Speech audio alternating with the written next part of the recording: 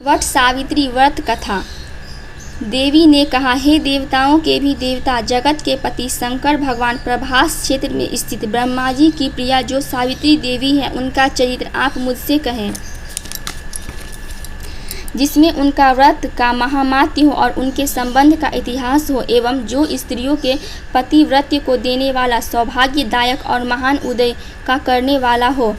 तब शंकर भगवान ने कहा कि हे महादेवी, प्रभास क्षेत्र में स्थित सावित्री के असाधारण चरित्र को मैं तुमसे कहता हूँ। हे महेश्वरी, सावित्री स्थल नामक स्थान में राजकन्या सावित्री ने जिस प्रकार से उत्तम वट सावित्री व्रत का पालन किया, मद्रास क्षेत्र में एक धर्मात्मा, सभी प्राणियों के हित में तत्पर रहने वाला, राजधानी तथा राज्य में रहने वाली प्रजाओं का प्रिय अस्त्रपति नामक राजा था, जो कि क्षमाशील, संतान रहित, सत्यवादी और इंद्रियों को वश में रखने वाला था। एक समय वह राजा प्रभास क्षेत्र की यात्रा में निमित्त वहां पर आया और विधि पूर्वक यात्रा करता हुआ सावित्री के स्थल पर पहुंचा। वहां पर उस राजा ने अपनी रानी के साथ इस व्रत को किया, जो सावित्री के नाम से प्रसिद्ध, सभी प्रकार की कामनाओं को पूर्ण करने वाला है। उसने केवल गुणवान समझकर सत्यवान को वरण कर लिया। उसका पिता सत्य बोलता है, माता सत्य बोलती है और वह स्वयं भी सत्य बोलता है। इससे उसका नाम मुनियों में सत्यवान रखा गया। उनको निश्चित अश्व प्रिय है और वह मिट्टी के घोड़े बनाया करता था तथा चित्र में भी घोड़ों को लिखता रहता था।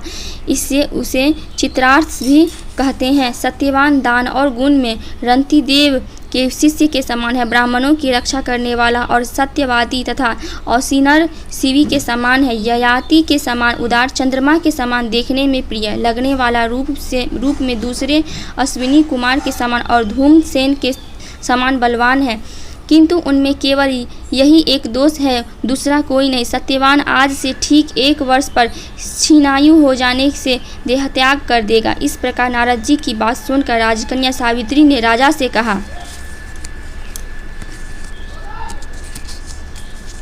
कोई बात कहते हैं ब्रह्मवेता एक ही बार कहते हैं और एक ही बार कन्या दी जाती है। ये तीनों कर्म एक ही बार किए जाते हैं।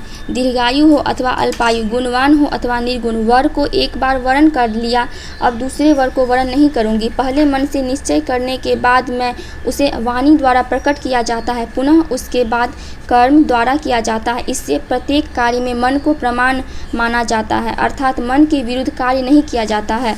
नारद जी ने कहा, हे राजन, यदि आपको भी इष्ट हो तो आपकी पुत्री सावित्री का कन्यादान निर्विघ्नता के साथ शीघ्र कर डालिए। ऐसा कहकर नारद जी आकाश मार्ग से स्वर्गलोक चले गए। उसके बाद राजा ने भी शुभ मुहूर्त से समीपवर्ती वेदों के परागामी ब्राह्मणों के द्वारा पुत्री सावित्री का विवाह संबंधित सभी कार्य संपन्न किया और तनवरी सावित्री भी मनोभिलाषित उस पति को पाकर ऐसी प्रसन्न हुई जैसे कोई पुण्यवान पुरुष स्वर्ग को पाकर प्रसन्न होता है। पुनः शिवजी पार्वती से कहते हैं, हे पार्वती, इस प्रकार उस आश्रम में उस समय रहते हुए उनके समय व्यतीत हुए। कुछ दिन बीत जाने पर वह समय आ गया कि जिसमें सत्यवान को मरना था। अतः सावित्री नारद जी की कही हुई मरण की तिथि को हृदय में गिनती हुई ज्येष्ठ मास के शुक्ल पक्ष की 12वीं तिथि को सायंकाल में आज से चौथे दिन मेरे पति को मरना चाहिए, यह सोचकर 3 रात्रि तक निराहार व्रत रहने का उद्देश्य रखकर रात दिन आश्रम में स्थिर रूप से रहने लगी। इसके बाद 3 रात्रि बीत जाने पर प्रातःकाल स्नान कर देवताओं का तर्पण करने के बाद चारुहासिनी सावित्री ने सास ससुर का पाद वंदन किया। इसके बाद जब कुल्हाड़ी लेकर सत्यवान जंगल की ओर चला, तब जाते हुए अपने पति के पीछे पीछे सावित्री भी चली। उन वन में पहुंचकर सत्यवान जल्दी से फल, पुष्प, समिधा और कुसा तथा सूखी लकड़ियों को इकट्ठा कर ले जाने योग्य भार बनाने लगा। लकड़ियों को काटते काटते उसके सिर में पीड़ा होने लगी, जिससे उस कार्य को छोड़कर वट वृक्ष की एक शाखा को सहारा लेकर सावित्री से कहने लगा कि हे सुंदरी, सिर की वेदना मुझे दुख दे रही है, अतः मैं तुम्हारी गोद में क्षण भर सोना चाहता हूँ। सावित्री ने दुखित होकर कहा, हे महाबाहो, आप विश्राम करें, पीछे हम श्रम को दूर करने वाले आश्रम को चलेंगे। जैसे ही पृथ्वी पर बैठी हुई सावित्री ने सत्यवान के सिर को अपनी गोद में रखा, वैसे ही उसने कृष्ण मिश्रित पिंगल वर्ण वाले किरीटधारी पीत वस्त्र पहने हुए साक्षात सूर्य के समान उदित हुए पुरुष को देखा। उसे देखकर सावित्री प्रणाम कर मधुर वचनों में उससे कहने लगी, आप देवताओं अथवा दैत्यों में से कौन हैं जो मुझे धर्मच्युत करने के लिए आए हैं? मुझे अपने धर्म में च्युत करने के लिए कोई समर्थ नहीं है, क्योंकि हे पुरुष श्रेष्ठ, मुझे धधकती आग की लपट के समान ही समझिए। यमराज ने कहा, मैं सब प्राणियों के लिए भयंकर और कर्मानुसार उनका उचित दंड देने वाला यम हूँ। सो हे पतिव्रता सावित्री, समीप में पड़े हुए तुम्हारे इस पति की आयु समाप्त हो गई है। इसे यमदूत पकड़कर नहीं ले जा सकेंगे, इसीलिए मैं स्वयं आया हूँ।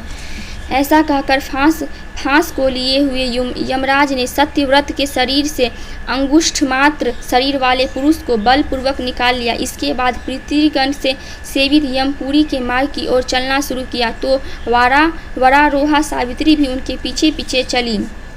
यम ने पतिव्रता होने के नाते चलने में न थकती हुई उससे कहा कि हे सावित्री, एक मुहूर्त हुआ तुम यहाँ तक मेरे साथ आ गई, अब लौट जाओ। हे विशाल नेत्रों वाली, कोई भी जीव बिना आयु समाप्त हुए इस यमपुरी के मार्ग पर नहीं आ सकता। सावित्री ने कहा, आपके जैसे विशिष्ट पुरुष के साथ पति का अनुगमन करती हुई मुझे कभी भी शर्म न या ग्लानि नहीं हो सकती। सज्जनों की गति एकमात्र सज्जन ही है, दूसरा नहीं। इसी प्रकार स्त्रियों की गति उनका पति, वर्णाश्रमों की गति वेद और शिष्यों की गति गुरु। इस पृथ्वी तल में दूसरा कोई आश्रय ही नहीं है। इस प्रकार धर्म तथा अर्थ से भरे हुए सुंदर मधुर अन्य वाक्यों से भी सूर्यपुत्र ने प्रसन्न होकर सावित्री से यह बात कही। यमराज ने कहा, हे भामिनी, मैं तुमसे प्रसन्न हूँ, तुम्हारा कल्याण हो, तुम मुझसे वर मांगो। उसने भी विनय से सिर झुकाकर अपने लिए राज्य पाने का वर मांगा और अपने महात्मा ससुर के लिए देखने की शक्ति पाने के साथ साथ पुनः राज्य प्राप्ति एवं अपने पिता के लिए 100 पुत्रों की तथा अपने लिए भी 100 पुत्रों की प्राप्ति के लिए वर मांगा तथा पति के लिए पुनर्जीवन वरदान एवं निरंतर धर्म की सिद्धि प्राप्त करने का वरदान मांगा। इस प्रकार वर मांगने पर धर्मराज ने भी इसे अभीष्ट वर प्रदान कर वापस किया। इसके बाद सावित्री पति का जीवन दान प्राप्त कर प्रसन्नचित होती हुई अपने पति के साथ शांति से अपने आश्रम को चली गई। उसी सावित्री ने ज्येष्ठ की पूर्णिमा के दिन इस सावित्री व्रत को किया, जिसके प्रभाव से राजा को पुनः नेत्र की प्राप्ति हुई। उसके बाद उन्हें निष्कंटक अपने देश तथा राज्य की प्राप्ति हुई और सावित्री के पिता को 100 पुत्र तथा सावित्री को भी 100 पुत्र प्राप्त हुए। इस प्रकार से सावित्री व्रत के संपूर्ण महात्म्य को मैंने तुमसे कह दिया।